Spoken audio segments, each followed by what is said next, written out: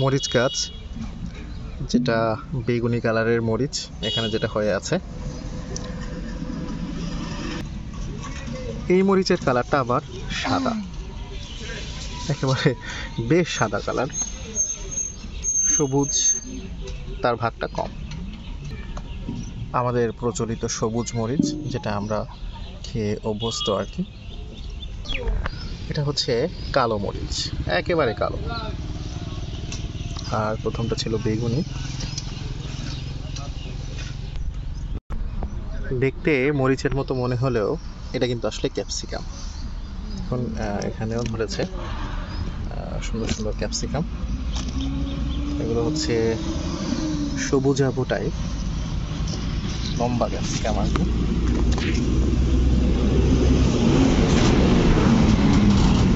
এও বড় বড় ক্যাপসিকাম।